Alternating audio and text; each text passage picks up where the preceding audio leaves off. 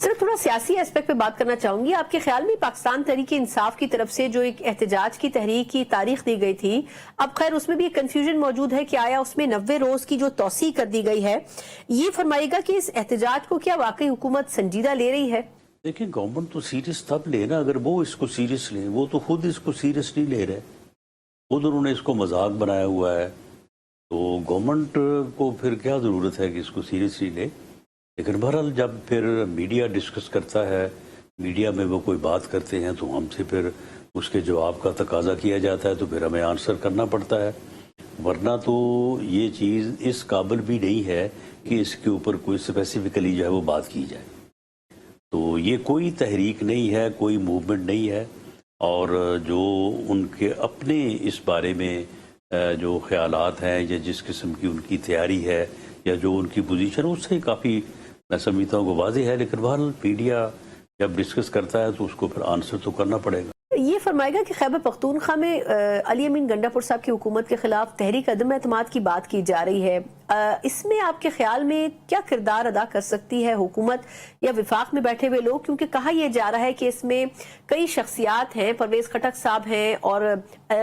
अमीर मुकाम साहब हैं और इस किस्म के दीगर सीनियर सियासतदान हैं जो कि कोशिश कर रहे हैं कि इस हुकूमत का या कम अज कम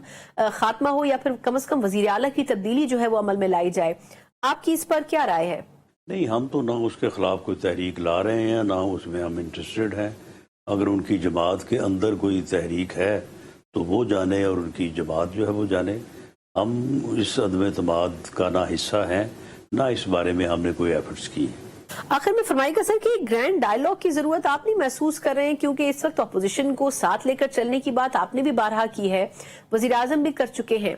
लेकिन आपको क्या लगता है कि पाकिस्तान तहरीक इंसाफ या बाकी अपोजिशन की जो जमातें हैं वो आखिर इस ग्रैंड डायलॉग में संजीदा क्यों नहीं हो रही हैं? देखिए जी, ग्रैंड डायलॉग जो है वो तो इस मुल्क की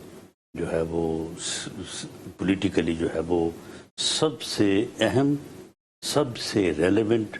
और सबसे बुनियादी अहमियत की हामिल ज़रूरत है। मियां नवाज शरीफ साहब ने जब वो 2023 में 21 अक्टूबर को वो तशरीफ़ लाए थे पाकिस्तान, तो उन्होंने मीनार पाकिस्तान पे एक बहुत बड़े पूरे पाकिस्तान के से नुमाइंदा इज्तिमा को, जो कि बहुत बड़ा जलसा था, तो उसमें उन्होंने यही कहा था कि मुल्क जिन हालात से दो चार है, हम सब को सर जोड़ के बैठना चाहिए और मुल्क को जो है वो इस मुश्किल से निकालना चाहिए। तो हल तो वही है, पॉलिटिकल डायलॉग ही है, ग्रैंड डायलॉग ही है। इसमें रुकावट सिर्फ एक जमात या एक शख्सियत है और वो इमरान खान साहब हैं। इमरान खान साहब किसी सूरत भी ना वो डायलॉग करने को तैयार हैं, ना वो किसी के साथ बैठने को तैयार हैं, ना वो मामला फहमी करने को तैयार हैं। ये 2014 से 11 से शुरू हुए हैं और अब 25 आ गया है। तो उनका यही मौक़िफ़ है और इस मौक़िफ़ ने मुल्क की सियासत को भी तलख़ किया है, नुकसान पहुँचाया है और इससे फ़ायदा उनको भी नहीं हुआ, बल्कि वो भी अब इसके विक्टिम है। अब पहले तो फरमाइएगा कि सदर आसिफ अली जरदारी साहब और वज़ीर आज़म शहबाज शरीफ साहब की आज बड़ी अहम मुलाकात हुई है। हम जान सकते हैं कि उस मुलाकात में किन उमूर के ऊपर बेसिकली गुफ्तगू की गई है? देखिए, इसमें जो है ये खैर सगाली की मीटिंग थी और इसमें वहाँ पे जो मुल्क की मजमूई सियासी सूरत हाल है और इंतज़ामी सूरत हाल है, और इसमें जो है वो ख़ारजा पॉलिसी के ऊपर भी जो है वहाँ पे बात हुई। फिर उसके बाद जो यानी मार्का-ए हक़ की कामयाबी और उस कामयाबी के बाद जो उसकी सेलिब्रेशन 14 अगस्त के हवाले से इस मरतबा जो है वो पूरी कौम जो है वो इस लम्हे को एक यादगार लम्हे के तौर पे जो है वो सेलिब्रेट करने जा रही है। तो ये सारी चीज़ें जो हैं ये वहाँ पे सदर साहब के साथ जो है वो वज़ीर आज़म साहब ने डिस्कस की, उन्हें एतमाद में लिया, जो कि उनकी कॉन्स्टिट्यूशनल ड्यूटी भी है। ये फरमाइएगा कि अभी एक दिन पहले फ्रंटियर कांस्टेबलरी को फेडरल कांस्टेबलरी में बदलने का एक ऑर्डिनेंस जारी किया गया। आप बता सकते हैं कि आखिर इसकी ज़रूरत इस वक्त क्यों पेश आ रही है? नहीं, देखिए, इसकी ज़रूरत इसलिए महसूस की गई है कि देखें, पहले एक हमारा सूबा होता था نارتھ ویسٹ فرنٹیئر پروونس، اور اس کے اوپر ہمیشہ یہ اعتراض تھا کہ یہ کون سا نام ہے نارتھ ویسٹ فرنٹیئر پروونس، تو اس کو پھر جو ہے وہ خیبر پختونخوا کا جو ہے وہ نام دیا گیا۔ اب یہ بھی جو ہے یہ نارتھ ویسٹ فرنٹیئر کانسٹیبلری تھی، تو ضرورت اس بات کی تھی کہ اس کو ایک فیڈرل فورس ہے، اور جو ایکٹ ہے 1915 کا اس کے تحت یہ اس کو وجود جو ہے وہ ملایا گیا، اور اس کا مقصد یہی ہے کہ جو فیڈریشن ہے وہ جہاں کہیں بھی ضرورت محسوس کرے یا کسی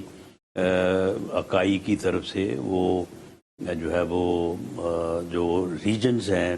ہمارے ساتھ، جس میں جی بی بھی ہے، آزاد کشمیر کی ٹیریٹری بھی ہے، اس کے علاوہ کیپٹل ٹیریٹری ہے، پروونسز ہیں چاروں، تو جہاں کہیں بھی کوئی ریکویسٹ ہو یا ضرورت ہو تو وہاں پہ وفاق جو ہے وہ اپنی ایک فیڈرل فورس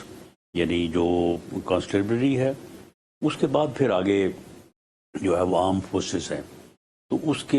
ان کے ذریعے سے جو ہے وہ مدد کی جا سکے اگر کوئی وہاں پہ کوئی آپریشنل صورتحال ایسی پیدا ہوتی ہے کہ وہاں پہ صوبائی فورسز جو ہیں وہ ضرورت محسوس کرتی ہیں کہ ان کی مدد کی جانی چاہیے یا انہیں ضرورت ہے اس بات کی، تو اس فورس کو، وہ فورس اس سے پہلے بھی اس نام کے ساتھ موجود تھی، وہی ایکٹ ہے اور وہی اس کی جو ہے وہ پروویژنز ہیں۔ آپ اس میں جو اس آرڈیننس کا سیکشن 5 ہے اسے پڑھ لیں اور 18(3) کو پڑھ لیں تو صورتحال بالکل واضح ہو جاتی ہے کہ اس میں کوئی ایز سچ کوئی تبدیلی نہیں ہے، اور یہ ایسا ہے کہ یہ فیڈرل فورس کہیں پہ یہ فرنٹیئر کانسٹیبلری تھی، کہیں پہ یہ فرنٹیئر کور تھی، کہیں پہ جو ہے یہ اپنا بارڈر فورس تھی، تو یہ اس طرح سے مختلف نام جو دیے جاتے رہے ہیں یا موجود تھے، تو ان کو ایک جو ہے وہ کمانڈ اور ایک نام کے ساتھ جو ہے وہ ان کو جو ہے وہ اس فورس کو جو ہے وہ ایک یعنی ایڈمنسٹریٹو آئیڈینٹی جو ہے وہ دی گئی ہے۔ تو اس میں اس کے علاوہ جو منفی قسم کا پراپیگنڈا کیا جا رہا ہے وہ بالکل بے معنی ہے۔ اس میں سیکشن 5 جو ہے وہ صورتحال کو بالکل پوری طرح سے واضح کر دیتا ہے، اور 18(3) یہ وہی تمام اثاثے بھی اور رولز ریگولیشن ایوری تھنگ جو ہے اس کو یہ اون کرے گی فیڈرل کانسٹیبلری، جو اس سے پہلے نارتھ ویسٹ فرنٹیئر کانسٹیبلری کے پاس تھے۔